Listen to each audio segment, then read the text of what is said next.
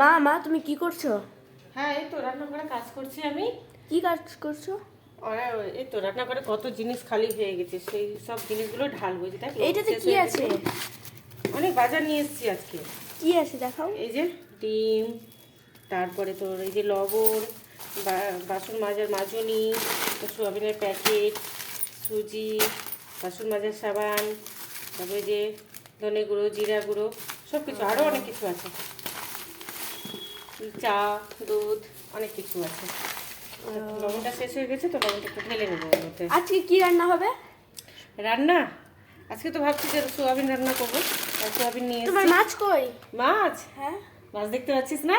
না না, কই তো মাছ? এখানে সয়াবিন আছে। আচ্ছা, মাছ দেখবি? তাহলে আয় দেখি এখানে। কি ভাবছিস মাছ রান্না করবো না? এই যে দেখ। হ্যাঁ, আজকেও মাছ। হ্যাঁ, আজকেও মাছ। আজকে সয়াবিনের সাথেও মাছ হবে।